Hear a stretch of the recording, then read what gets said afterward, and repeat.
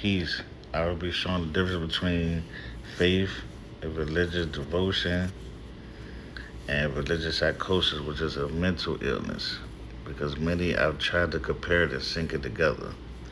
The distinction between religious devotion and faith, as well as religious psychosis, will be examined, as these concepts are often misunderstood.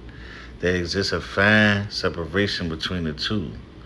To facilitate understanding, a short video interview with a woman being evaluated for religious psychosis by a psychiatrist will be presented, followed by comprehensive exploration of the differences. Please note that this discussion is led by an erudite math scientist and educator, not a neuroscientist, not a psychiatrist, or a psychologist, with the goal of promoting information, awareness based on insight from these professionals. Was? Jesus. Do you really think so? Yes, this is what I believe. You cannot take away my belief. Have you heard Jesus at any other time? Yes, When? numerous times. And he's talked to you just as I'm talking to you? Just as you're talking to me When was the last time you heard Jesus speak to you? this morning. This morning. Yes. Uh-huh. Now, do you hear Jesus right now? Yes, he's telling me what to say to you. He He tells is. me how to speak, what to say, how to say it. Uh-huh. He puts words in your mouth. He puts shoes on your feet. You can hear his voice. Yes, it's faint, but I can hear it. That's why I whisper a lot of times. That's why I talk softly. Mhm. Because So you he can- comes to me softly, see. And So- no one else knows when he comes to me. No one but me. Yeah. Well, why would Jesus single you out? Because I'm a chosen child. He told me this morning. He said, you're a chosen child.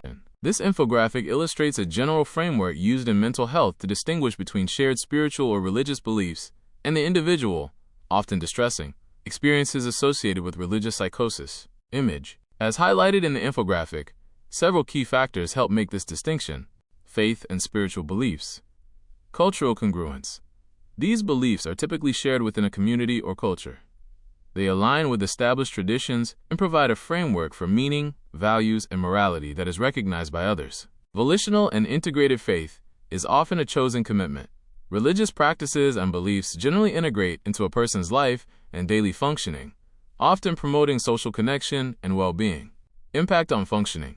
Healthy faith usually supports or enhances daily living, relationships, and emotional stability. It can provide a sense of purpose and a supportive community. Religious psychosis. Idiosyncratic and personal. These experiences are unique to the individual and often differ significantly from the beliefs of their community or religious tradition. They are not culturally shared. Intrusive and distressing. The experiences, like visions or voices, feel external and often cause significant fear, confusion, or distress.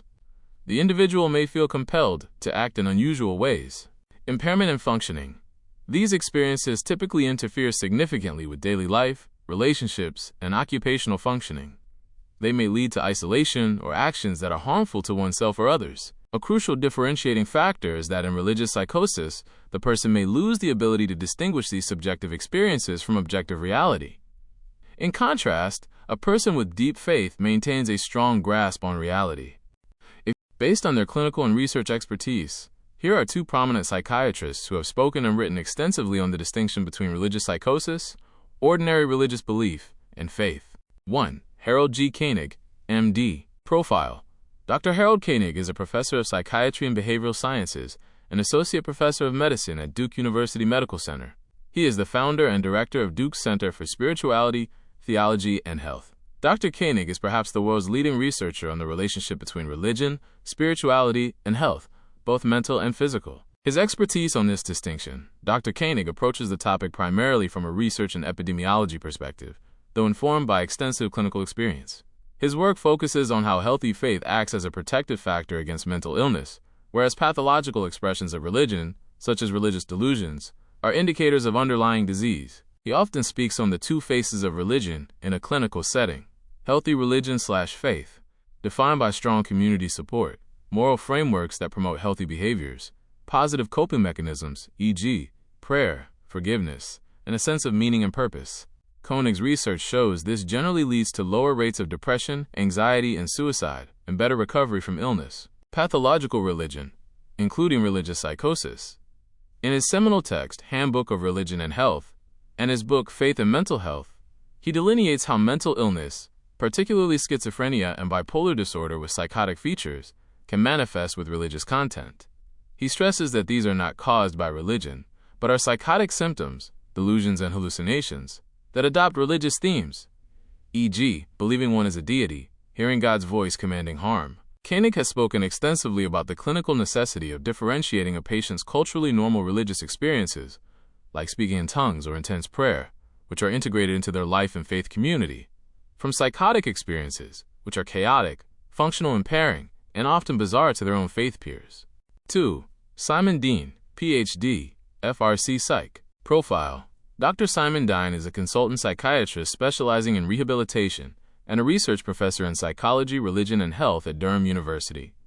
He is also the founding editor of the Mental Health, Religion, and Culture Journal. Dr. Dean holds advanced degrees in both anthropology and medicine, giving him a unique transcultural perspective on psychiatry. His expertise on this distinction, Dr. Dean's work is characterized by an anthropological and transcultural approach to psychiatric diagnosis. He argues that psychiatric symptoms, particularly psychosis, cannot be understood without considering the cultural and religious context of the patient. His writings and speaking engagements focus on the phenomenological similarity but functional difference between spiritual experiences and psychotic symptoms. Shared content. Dean points out that normal religious experiences, visions of saints, hearing divine voices, feeling possessed by a spirit, often share the same content as clinical descriptions of hallucinations and delusions. The difference is context and function.